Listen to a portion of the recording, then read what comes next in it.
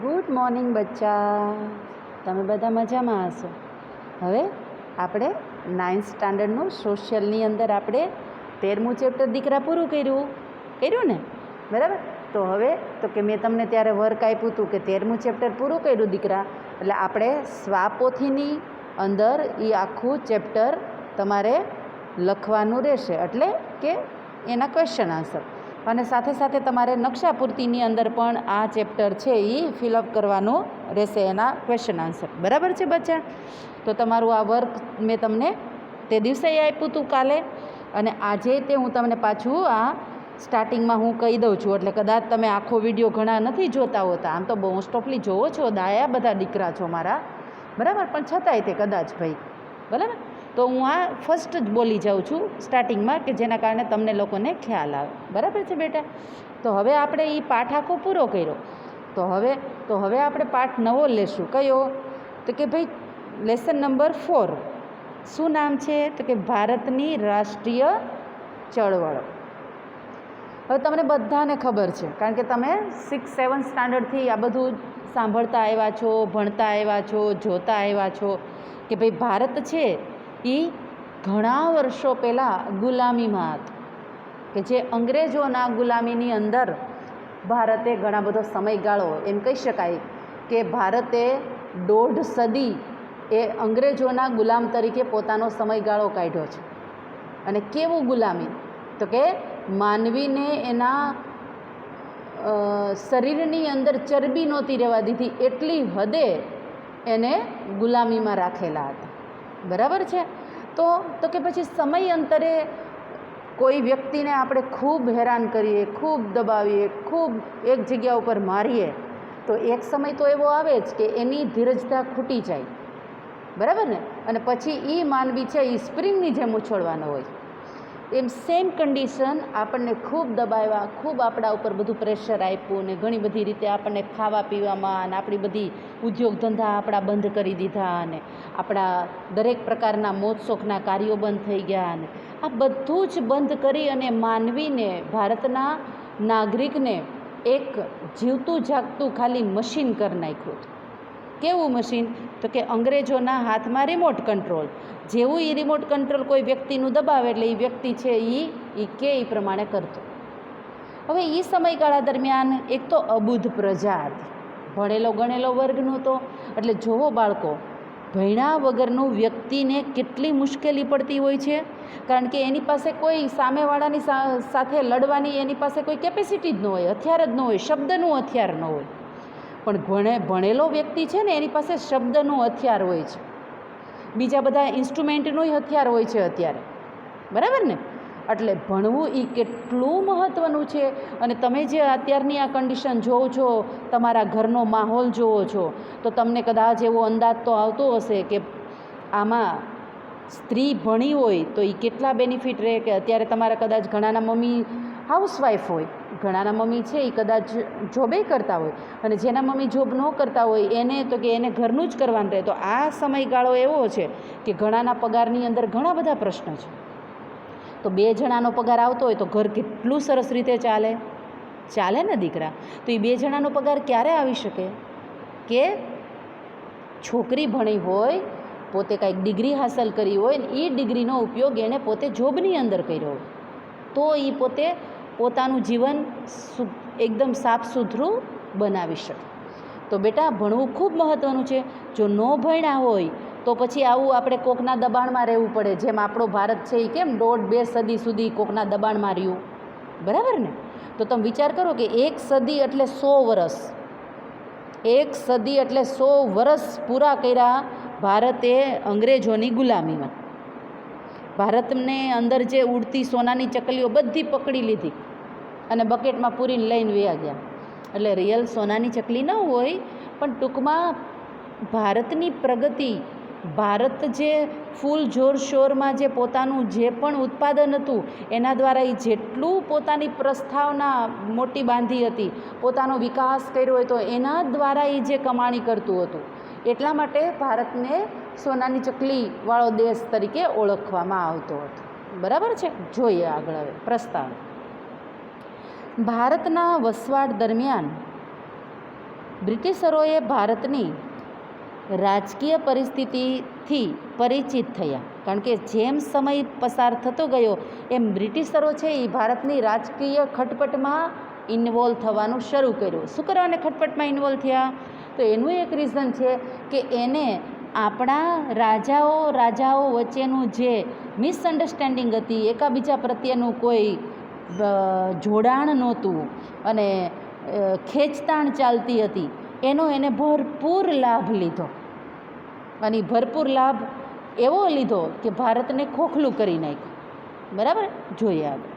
ભારતની રાજકીય ખટપટો અને આંતરિક નબળાઈનો લાભ ઉઠાવી બ્રિટિશ ઈસ્ટ ઇન્ડિયા કંપનીએ ઈસવીસન 1757 ઠીક કરજો મારા દીકરા, કઈ સાલમાં? તો કે 1757 બંગાળમાં પગપેસારો શરૂ કર્યો.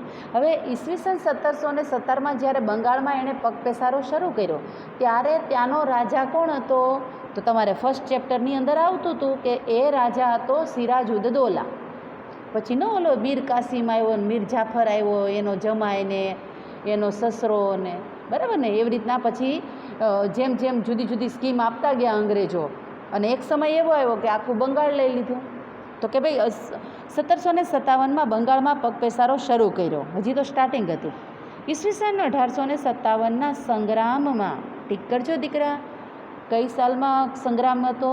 તો કે ઈસવીસન 1857 સંગ્રામ સુધીના 100 વર્ષના શાસનકાળ દરમિયાન ભારત પર પોતાનું આધિપત્ય જમાવી દીધું. 100 વર્ષના શાસનમાં સંપૂર્ણ કહી શકાય, 5% એ ફિરંગીઓ રહી ગયા હતા, થોડાક વલંદાની બધા, બાકી મોસ્ટ ઓફલી આખો ભારત એ કોના સખંજામાં આવી ગયું હતું? તો કે અંગ્રેજોના. 100 વર્ષના સમયકાળ દરમિયાન અંગ્રેજોએ આપણા ઉપર આધિપત્ય જમાવી લીધું હતું, એટલે કે આપણા ઉપર વર્ચસ્વ જમાવી લીધું હતું. અંગ્રેજોએ પોતાનું આધિપત્ય જળવાઈ રહે તે માટે દેશમાં મજબૂત વહીવટીય માળખાનો ધીરે ધીરે વિકાસ કર્યો. કે ભાઈ આ લોંગ સમય સુધી એને રહેવું હતું, અહીંયા લોંગ સમય સુધી શાસન કરવું હતું, અને ભારત પાસે ટૂંકમાં કાંઈ રહેવા નહોતું દીધું. એ તો સારું થયું જમીન ઉપાડીને નહોતા લઈ જઈ શકતા, નકર જમીન ઉપાડીને તે લઈ જાય. બરાબર? તો કે એણે શું કર્યું? તો કે એણે પોતાનું આધિપત્ય જળવાઈ રહે તે માટે દેશમાં મજબૂત વહીવટીય માળખાનો ધીરે ધીરે વિકાસ કર્યો. જેટલું માળખું મજબૂત, જેટલું રાજકારણનું કાર્ય મજબૂત, એટલું એ સરકાર લોંગ ચાલી શકે.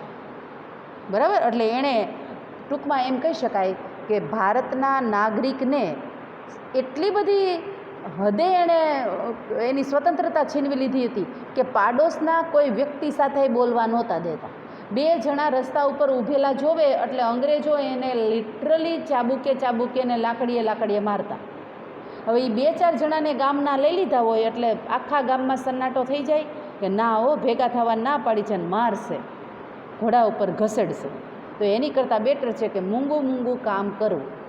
બરાબર છે? તો આવું એણે માળખું જોરદાર તૈયાર કર્યું હતું. એટલે એમ કહી શકાય શું કરવાને એવું કર્યું હતું? તો કે એક વ્યક્તિ કરતાં બીજો વ્યક્તિ ભેગા થાય, એટલે કે એકથી વધારે વ્યક્તિ ભેગા થાય એટલે ત્યાં પરિવર્તન આવે, ત્યાં વિચારોનું પરિવર્તન આવે, ત્યાં કાર્યોનું પરિવર્તન આવે, ત્યાં પદ્ધતિનું પરિવર્તન આવે. અને એ પરિવર્તન તો કે સામેવાળાને મુશ્કેલીમાં મૂકી દે. એટલે અંગ્રેજો મુશ્કેલીમાં ન મુકાય એટલા માટે એણે આવા બધા વહીવટીય માળખા અને બીજા માળખા મજબૂત કર્યા હતા. બરાબર? તો આમ અંગ્રેજોએ સ્થાપેલા વહીવટી માળખા દ્વારા દેશમાં સમાન કાયદા, સમાન વહીવટ અને બ્રિટિશ પ્રણાલિકા અનુસારનું ન્યાયતંત્ર અમલમાં આવ્યું. એક જ સરખું ન્યાય પૂર્વથી પશ્ચિમ, ઉત્તરથી દક્ષિણ, એમાં કોઈ પણ નિયમમાં ચેન્જ નહીં. પૂર્વમાં જે નિયમ લાગે એ જ ત્રણેય દિશામાં લાગે. બરાબર? અને મધ્યમાં લાગે. એટલે એક જ સરખું માળખું રાખ્યું હતું કે જેના કારણે કોઈ પ્રશ્ન જ ઊભા ન થાય. અને એક જ નિયમ કે ભેગા નહીં થવાનું, અને પરફેક્ટ બધા જ લોકોને પાસેથી પૈસો લઈ લીધો, જમીન લઈ લીધી, જાયદાદ લઈ લીધી. એટલે માનવી કેવો બની ગયો? સિંહમાંથી તો કે ગાય જેવો થઈ ગયો. કેવી ગાય? તો કે બીમાર ગાય. હવે બીમાર ગાય ક્યાંય માથું મારી શકે દીકરા? ન મારી શકે. સિંહ તો સિંહ માથું સીધું ડાય જ મારે. બરાબર ને? એટલે એ સિંહ ડાય ન મારે ને એટલે એને ગરીબડી ગાય કરી નાખ્યો. એનું બધું છીનવી લીધું વહીવટીય માળખામાં. કેવું તો કે એની હાથમાં સત્તા આવી ગઈ એટલે એ ફાવે એમ મહેસૂલ ઉઘરાવતા હતા. મહેસૂલ એવો ઉઘરાવતા હતા કે પોતાના ખેતર વેચી નાખવા પડ્યા. એવી પદ્ધતિથી મહેસૂલ ઉઘરાવવાનું શરૂ કર્યું. બરાબર. અને માનવીને પાયમાલ કરી નાખ્યો. એટલે એનું વહીવટી માળખું જોરદાર કર્યું હતું. આમ બ્રિટિશ પ્રણાલી અનુસારનું ન્યાયતંત્ર અમલમાં આવ્યું. આમ છતાંય ભારતમાં રહેનારા અંગ્રેજોએ ઇંગ્લેન્ડને વધુ લાભ થાય તેવા કાયદા અને વહીવટની સ્થાપના કરી. સ્વાભાવિક છે, કારણ કે બાળકો એ તો પોતાના દેશને બેનિફિટ થાય એ જ વિચારે ને, રાઈટ? એટલે એણે શું કર્યું કે એણે એના દેશનું હિત ઈચ્છી અને આપણા દેશમાંથી ઘણું બધું સસ્તો માલ મફતનો પાણીના ભાવે લઈ ગયા, કાચો માલ. અને પોતાના દેશની અંદર એ સરસ મજાના રીતે એ માલનો એટલો સરસ રીતે એને ઉપયોગ કર્યો અને એ બનાવ્યું માલ. અને પછી તો કે એણે એ જ માલ પાણીના ભાવે લઈ ગયેલા અને એણે આપણી પાસેથી 4 ગણી કિંમતે આપણને ફરજિયાત લેવા માટે મજબૂર કર્યા. એટલે માનવી પાસે થોડા ઘણા પૈસા રહ્યા હતા ને એ તે વિયા ગયા. બરાબર છે. અમુક વસ્તુ છે, ફોર એક્ઝામ્પલ હું તમને કહું તો ખાદી આપણે જે વણાટ કામ હતું એ પડી ભાંગ્યું હતું. તો કપડાં તો પહેરવા ને, કંઈ કપડાં પહેર્યા વગરનો માનવી ચાલે? ન ચાલે. તો એણે અંગ્રેજોના ઇંગ્લેન્ડથી આવતું એટલે કે માન્ચેસ્ટરમાંથી આવતું કાપડ જે ઉત્પાદન થતું એ કાપડ અહીંયા ઇન્ડિયામાં મોંઘું મળતું છતાંય એને લેવું પડતું. શું કામ? તો કે શરીરનું અંગ તો ઢાંકવું ને. બરાબર છે. તો અમુક એવી જરૂરિયાતવાળી વસ્તુ છે એ તો આપણે ફરજિયાત કરવી પડે. ભાવ સિમ્પલ હોય કે ભાવ એનો પ્રાઇસ હાઈ હોય. બરાબર ને? તો આવી રીતના ઘણા રીતે એણે આપણને ભાંગ્યા. તો આમ વહીવટી સ્થાપના કરી. અંગ્રેજોએ પોતાના ભોગે ઇંગ્લેન્ડને સમૃદ્ધ બનાવી ભારતનું સૌથી વધુ આર્થિક શોષણ કર્યું. કારણ કે ભારત પાસેથી કાચો માલ લીધો, કેવો તો કે પાણીના ભાવે.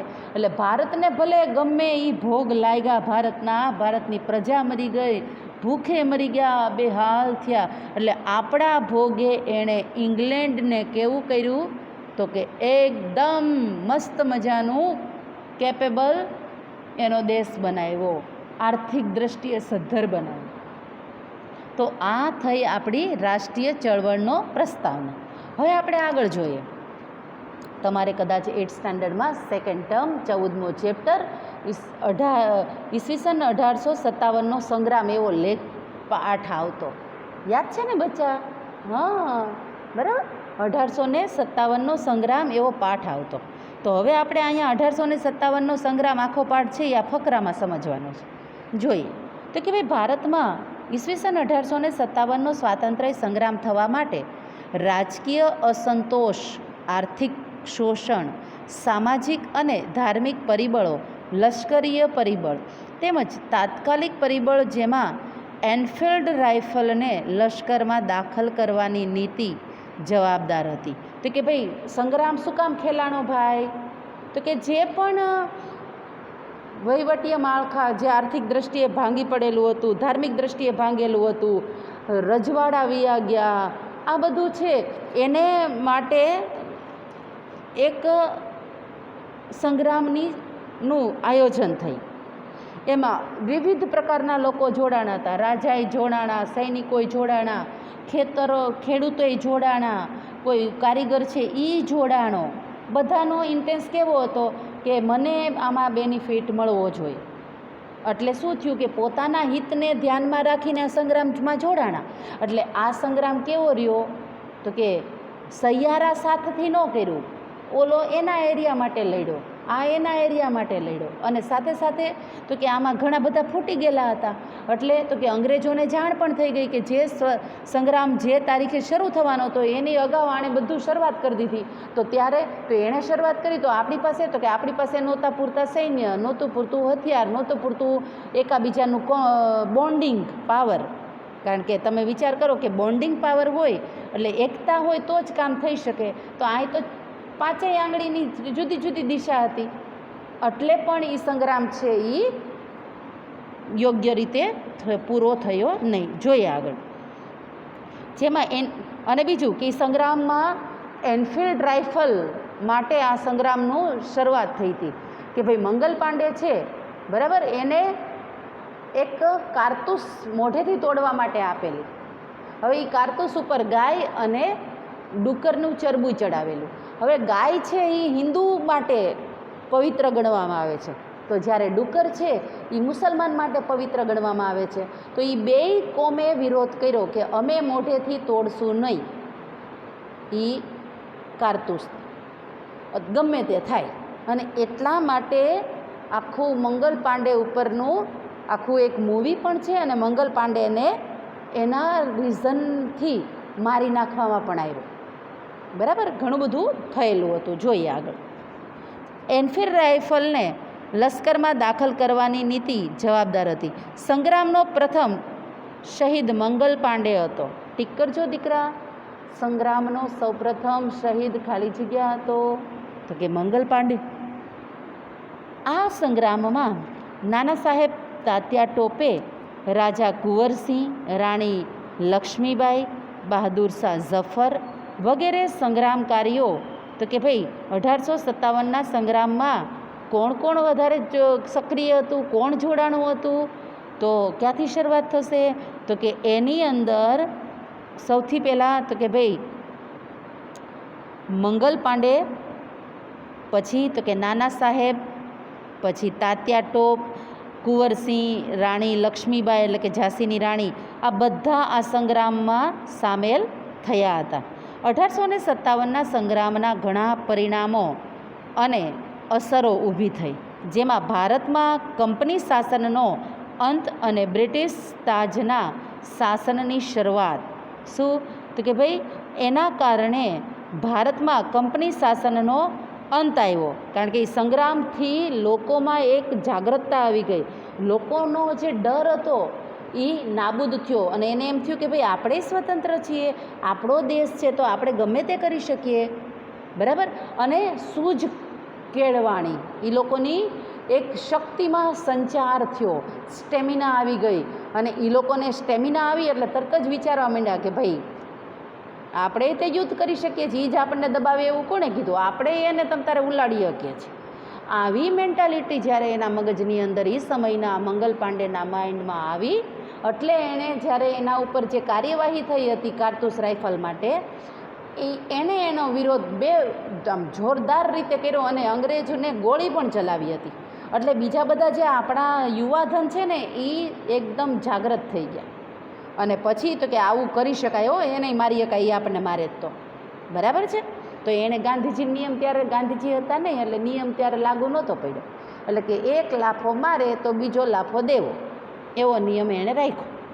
ગાંધીજી આવ્યા પછી આ નિયમ લાગુ પડ્યો કે એક ગાલે મારે તો એમ કહેવાય કાલે બીજો ગાલ મારે, અને બીજો ગાલે મારવાનું દીધું ને એટલે આપણે બહુ સમયગાળો લાગી ગયો આપણને આઝાદી મેળવવામાં. બાકી એ સમયની અંદર ભગતસિંહની બધા જો ઉતરી ગયા હોત ને, ગાંધીજીનો જન્મ લેટ હોત ને, તો કદાચ આપણો દેશ પહેલાં થઈ જાય. એટલે નો ડાઉટ ગાંધીજીએ બહુ સારા કામ કર્યા છે, એટલે હું ગાંધીજીને કંઈ કહેતી નથી, પણ આ તો જસ્ટ વાત કરું છું. બરાબર. ઓકે, તો હવે આપણે આગળ જોઈએ. તો 1857ના સંગ્રામના ઘણા પરિણામો અને અસરો ઊભી થઈ, જેમાં ભારતમાં કંપની શાસનનો અંત અને બ્રિટિશ તાજના શાસનની શરૂઆત. વહીવટીય, લશ્કરીય, સામાજિક, ધાર્મિક નીતિમાં બદલાવ વગેરેનો સમાવેશ કરી શકાય. 1857નો સંગ્રામ નિષ્ફળ જવા માટે નિર્ધારિત સમય કરતાં વહેલી શરૂઆત. કે ભાઈ એમેય આવે કે 1857નો સંગ્રામ નિષ્ફળ કયા કારણોથી થયો? તો બાળકો 2 માર્કનો ક્વેશ્ચન છે, આ ટીક કરજો દીકરા. એટલે તમને આન્સર પૂછે ને બેટા તો સરસ રીતે તમે લખી શકો. તો કે ભાઈ શું કરવાનું ભાઈ નિષ્ફળ ગયું હતું, કયા કારણો જવાબદાર હતા? તો એ તો તમને એટલું સરસ રીતે આવડી જાય એકવાર તમે રીડ કરો તો જોઈએ આગળ. તો કે ભાઈ એ 1857નો સંગ્રામ નિષ્ફળ જવા માટે નિર્ધારિત સમય કરતાં વહેલી શરૂઆત થઈ ગઈ હતી. જે તારીખે શરૂ થવાનો હતો ને એની પહેલાં અંગ્રેજોએ શરૂ કરી દીધો. એટલે આપણે બધાની આયોજનની શું હતી ખામી? તમને તમારી મમ્મી એમ કે સ્કૂલેથી આવો કે ચાલો આપણે અમદાવાદ જવાનું છે 5 દિવસ માટે, અને તે પાછા તમે 1:30 વાગે છૂટો અને તમારી મમ્મી એમ કે ભાઈ 2 વાગ્યાની બસ છે, તો તમારું આયોજન કેવું હોય? તમે કાંઈ સમેટી શકો? તમારે જે પણ પહેરવું હોય, જે પણ સાથે લેવું હોય લઈ શકો, નહીં લો શકો. શું કામ? તો કે સમય મર્યાદા ન આપી. એક દિવસ આપ્યો તો તમે પેકિંગ કરી શકત. એટલે આમાંય તે એવું જ થયું, સેમ કન્ડિશન, કે ભાઈ સમય પહેલાં એ શરૂઆત થઈ ગઈ. મેં ખાલી તમને ઉદાહરણ આપ્યું છો દીકરા, આવું લખતા નહીં. ચાલો, તો કે ભાઈ સમય પહેલાં શરૂ થઈ ગયો. કેન્દ્રીય નેતાગીરીની ઉણપ હતી, કે જે મેઇન લીડર હતો ને, જે બધાને સાકંજામાં લઈ અને એક સાથે કાર્ય કરી શકે એવી નેતાગીરીનો અભાવ હતો. અપૂરતા અને પછાત શસ્ત્રો સંગ્રામકારીઓમાં રાષ્ટ્રીય ભાવના કરતાં પોતાના અંગત સ્વાર્થને પ્રાધાન્ય આપવામાં આવ્યું હતું. એક તો શસ્ત્ર નહોતા, સૈનિકો નહોતા, સમય પહેલાં શરૂ થઈ ગયો, અને સાથે સાથે તો કે કોઈએ દેશ માટે ન વિચાર્યું, પોતે પોતાના કાર્ય માટે વિચાર્યું, એટલા માટે જે લડતા હતા. આ તો એક સાથે એક કાર્ય માટે લડીએ તો ઘણા બધા બેનિફિટ્સ થઈ શકે, રાઈટ? જોઈએ આગળ. તો આ પોતાના સ્વાર્થને પ્રાધાન્ય આપ્યું. યોગ્ય અને સંગઠિત નેતૃત્વનો અભાવ જેવા કારણો જવાબદાર હતા, જેનો વિસ્તૃત અભ્યાસ તમે અગાઉના ધોરણમાં કરી ગયા છો. તો તમને આખું ઈસવીસન 1857નો સંગ્રામ કયા કારણોસર નિષ્ફળ ગયો એવો ક્વેશ્ચન જો તમને કહેવામાં આવે તો તમે આનું સરસ મજાની રીતે વર્ણન કરી શકો ને મારા દીકરા? કેટલું ઇઝી છે ને? કોણ કોણ જોડાણા છે એ તે આવી શકે. પછી શું કરવાને આનું કાર્ય થયું એ પણ આવી શકે. આખો આ ફકરો લઈ લો એટલે એમાંથી ટૂંકા પ્રશ્ન, લોંગ પ્રશ્ન, જે પ્રશ્ન તમે માંગો એ મળે. ઓકે, તો હવે આપણે આગળ જોઈએ. નેક્સ્ટ, બહિષ્કાર અને સ્વદેશી ચળવળ. તો કે ભાઈ ભારતની રાષ્ટ્રીય ચળવળોમાં એ એક મહત્ત્વનો બનાવ હતો. બંગભંગના આંદોલન, એટલે કે બંગાળના જે ભાગલા પાડ્યા હતા ને એના વિરોધમાં આંદોલન શરૂ થયું હતું. બંગભંગ આંદોલન એનું નામ આપવામાં આવ્યું હતું.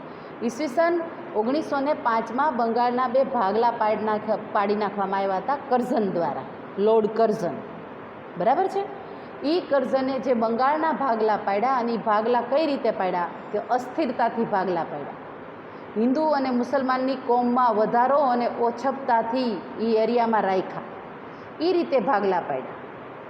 તો એના ઘણા બધા પરિણામ જોઈએ આગળ. તો એ આંદોલન ઈસવીસન 1905ની સાથે સાથે બહિષ્કાર અને સ્વદેશી ચળવળનો અંગ્રેજોની કૂટનીતિના પરિણામરૂપ ભાગલા પાડો અને રાજ કરોની નીતિને લીધે બહિષ્કાર અને સ્વદેશી ચળવળને વેગ મળ્યો. બરાબર છે? તો કે ભાઈ ભાગલા પાડો અને રાજ કરો એવી નીતિ એણે અપનાવી. એટલે ભાગલા પાડો એટલે કે અંદરો અંદર બધાવરાવો, અંદરો અંદર ફૂંક મારો, એટલે એની જે તાકાત છે એ કેવી થઈ જશે? ઘટી જશે. હવે ઘટેલી તાકાત હોય એના ઉપર આપણે સીધું ડાય મારીને સવાર થઈ શકીએ? એટલે એણે અંદરો અંદર બધાવ્યા, મિસઅન્ડરસ્ટેન્ડિંગ ઊભી કરી, અને એટલા હદે મિસઅન્ડરસ્ટેન્ડિંગ પૂરી ઊભી કરી, એવી લાલચો આપી, એવા લોભાવણી સ્કીમો આપી, જેમ અત્યારે તમને નથી આપતા કે તમે મેગી લ્યો તો એની સાથે આ ફ્રી ફ્રી ફ્રી ફ્રી, એટલે તમને બધાને એમ થાય કે મેગી લેવી જોઈએ. બરાબર છે? તો આવી બધી લોભામણી જાહેરાતો ત્યારેય હતી, ત્યારેય આવા બધું ઘણું બધું હતું. એટલે આ બધું પહેલેથી ચાલતું આવતું જોઈ શકાય છે. જોઈએ આગળ આપણે. તો કે ભાઈ એ ભાગલા પાડ્યા એટલે એમાંથી શરૂ થયું શું? તો કે સ્વદેશી આંદોલન. હવે અત્યારે આપણે સેમ આંદોલન શરૂ થયું છે સ્વદેશી. શેના માટે? ચીન વિરોધ. ચાઇનાની આઇટમ કોઈએ વાપરવી નહીં. તો કઈ વાપરવી? તો કે આપણા જ દેશમાં ઉત્પાદન કરેલી સ્વદેશી વસ્તુઓ વાપરવી. એટલે આ છે ને એ આપણને ઈસવીસન 1900ની સાલમાં આપણને લઈ જાય છે. ત્યારે તે સેમ આ જ રીતે કાર્ય કર્યું હતું કે એની વસ્તુ લ્યોમાં, આપણી જ વસ્તુ લ્યો. એમ અત્યારે આપણે જોઈએ છે કે ચાઇનાની આઇટમ નહીં, ઇન્ડિયન આઇટમ લ્યો, made in Indian, not China. બરાબર? ઓકે, હવે આગળ જોઈએ. બ્રિટિશ શાસન સમયે બંગાળ એ સૌથી મોટો પ્રાંત હતો. અને કદાચ બચ્ચા તમને ખબર નહીં હોય, બંગાળમાંથી ખાલી એણે જે એના શાસન પૂરું કર્યું ને અંગ્રેજોએ બંગાળનું, પોતે એમાં પછી તો રોબર્ટ ક્લાઇવ એ બંગાળનો નવાબ બની ગયો તો છેલ્લે. બરાબર ને? એ પછી એના પછી ઘણું બધું નવા આવ્યા હશે, પણ એ ટૂંકમાં એના હાથમાં શાસન હતું. બંગાળ એવડો મોટો પ્રાંત છે અને એટલો સક્ષમ પ્રાંત છે, એટલો બધો સભર પ્રાંત છે કે અંગ્રેજોએ ખાલી 500 કરોડ એ સમયની અંદર 500 કરોડ રોકડા બંગાળમાંથી ઉપાડ્યા હતા. કેટલા? અત્યારે 500 કરોડ એટલે હો થઈ જાય. તો એ સમયની અંદર દીકરા 500 કરોડ રોકડા કમાણા હતા. અને બીજી બધી આઈટમ તો અલગ હો, કે સોનાનું સિંહાસન લઈ ગયું ને અહીંથી કંઈક હાર વિયા ગયા ને અહીંથી કંઈક આમ વિયું ગયું ને હીરા માણેક મોતી જતા રહ્યા ને એ બધું તો સાઈડની વાત છે. તો તમે વિચાર કરો કે બંગાળ એ કેટલો સમૃદ્ધ પ્રાંત હશે, કેટલો સમૃદ્ધિથી સભર પ્રાંત હશે, કેટલી ત્યાંની પબ્લિક સજાગ હશે, કેટલું એનો વેપાર વાણિજ્ય જબરજસ્ત હશે. કારણ કે બંગાળ છે એ બંગાળની ખાડીમાં એનો ટચ થાય છે, એટલે એણે વેપાર વાણિજ્યમાં કેટલી કમાણી કરી હશે, બરાબર છે ને. તો આથી એ બંગાળ એ સૌથી મોટો પ્રાંત હતો અને અંગ્રેજોએ એ મોટા પ્રાંતમાંથી ઘણું બધું લઈ ગયા છે. તો તમે વિચાર કરો કે આખા ભારતમાંથી કેટલું ઉપાડ્યું હશે મારા દીકરા. પહેલાં ભારત માટે એવું સ્લોગન હતું કે ભારત સમૃદ્ધિથી સભર દેશ છે. તો અત્યારે ભારત માટે એવું સ્લોગન આવી ગયું છે આફ્ટર અંગ્રેજ. અત્યારે એવું છે સ્લોગન કે ભારત ગરીબી રેખા નીચે જીવતો દેશ છે, બરાબર ને. પહેલાં એવું હતું કે ભારત સમૃદ્ધિથી સભર દેશ છે, હવે તો કે ભારત ગરીબી રેખા નીચે જીવતો દેશ છે. કેટલો ડિફરન્સ તમે વિચાર કરો. એટલે કેટલું આપણને ભાંગી નાખ્યા હશે, કેટલું આપણું લઈ ગયા હશે, કેટલું આપણને ખોખલા કર્યા છે. જોઈએ આપણે, જેમાં આજના બંગાળ, બિહાર બ્રિટિશ શાસન સમયે બંગાળ એ સૌથી મોટો પ્રાંત હતો, જેની અંદર આજના બંગાળ, બિહાર અને ઓરિસ્સાનો સમાવેશ થતો હતો.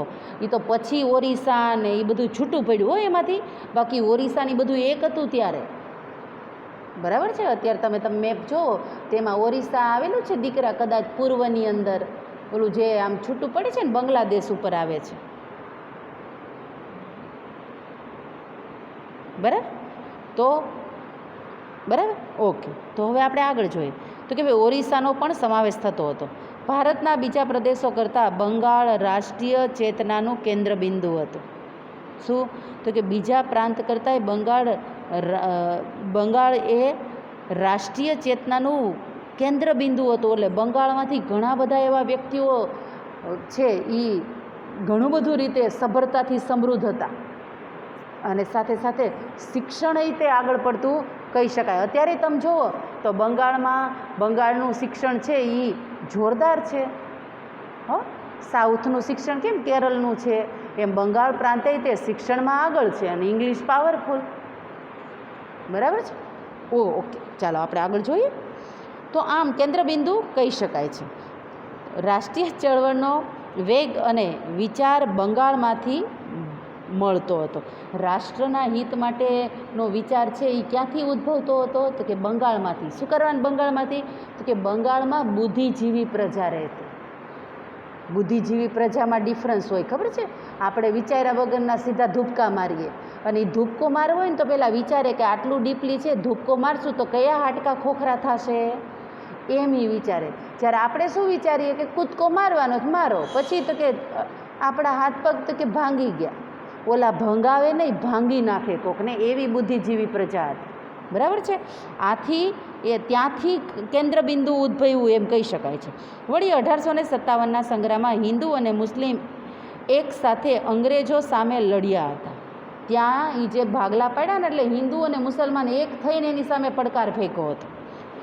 ભાગલા પાડો અને રાજ કરોની અંગ્રેજોની કૂટનીતિ દ્વારા કોમવાદને ઉત્તેજન આપવા માટે ભાગલા પાડવામાં આવ્યા. એટલે કે જો બે એક સાથે કામ કરતા હતા એટલે અંગ્રેજોએ પોતાની બુદ્ધિશક્તિનો ઉપયોગ કર્યો કે આ બે છે એ અલગ ધર્મના છે, અને એ અલગ ધર્મના છે એટલે બેયમાં ફૂટ નાખીએ ને તો એની જે તાકાત છે, એની જે એકતા છે એ નબળી પડે, ને એકતા નબળી પડે એટલે આખું બંગાળ આપણા હાથમાં, બરાબર. તો આ રીતે એની વિચાર શ્રેણી દ્વારા એણે કામ કરેલું છે. તો બાળકો, આજે આપણે આટલું રાખશું. તમે બધા રેગ્યુલર તમે પીરિયડ બધા જોવો છો એ બદલ તમારા બધાનો દિલથી આભાર દીકરા. તમે બધા બહુ સરસ રીતે ઘણા સારું એવું લખાણે લખે છે કે miss thank you very much, કે તમે બહુ સરસ આ લોકડાઉનની અંદર બધા ટીચર્સ બધા પીરિયડ અમને લોકોને ઘર સુધી પહોંચાડે છે. તો તમે બહુ સરસ રીતે તમને તમારી વિચાર શ્રેણી તે મસ્તીની છે, તમે સારું એવું બોલી શકો છો, એટલા સક્ષમ પણ છો. તો બાળકો, જેટલું બને એટલું કોકનું હિતનું કાર્ય કરીએ ને આપણે, એના હિતનું વિચારીએ, કોઈક સારું શબ્દ કાઢીએ તો સામેવાળું માણસ છે એ આપણા માટે ખૂબ ખુશ થાય અને આપણને ઘણું બધું આપવાની કોશિશ કરે. તો બાળકો, આવા જ બનજો, સારા વિચારો રાખજો, સારી સ્પીચ રાખજો અને સારા કાર્ય કરતા રહેજો. Okay, bye, take care, miss you, I miss you very much.